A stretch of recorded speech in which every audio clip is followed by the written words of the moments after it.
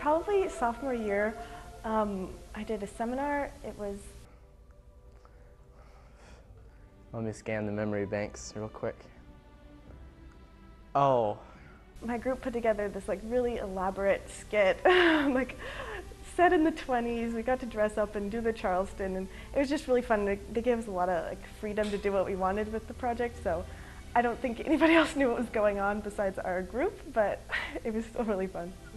Okay, Paul Elliott's class. Just him not caring about what people say. And if, you know, you walk in his class, he'll chuck something at you. I think that's always fun. And people always, it hurts me. Shut up. Take your medicine. You shouldn't have been walking around in class anyways. You know? First day of the first year, you know, 140 kids show up in orange t-shirts and no room to go. Load them on a camp. I load them to camp on a bus, and we figured it out as we're in camp, saying, okay, we're gonna have our building open by the time we get back. And I mean, it was wild times back then. And I'm saying back then. It's been 6 years.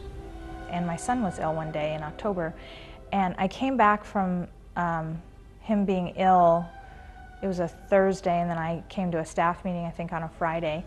And Paul Elliott told me that my students, there was no sub because it's hard to get subs at SOTA. Kind of miss seminars and studios, because studio gave you a chance to, if you could get in a good studio, it gave you a chance to work on what you love to do for like 2 hours straight.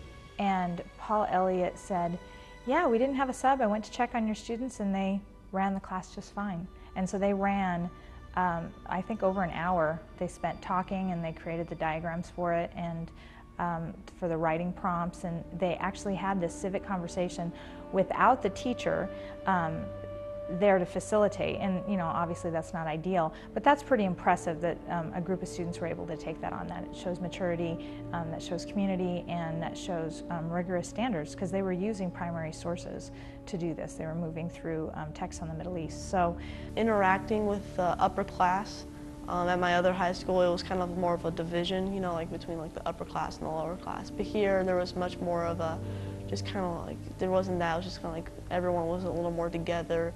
And you know, just kind of hanging out and I don't know, learning from them. You know, like in the recording studio, for example, they'd be like, "Oh, you should do this and not this," you know, and really teach you things that'd be valuable, and that would only come through just being around them in interaction.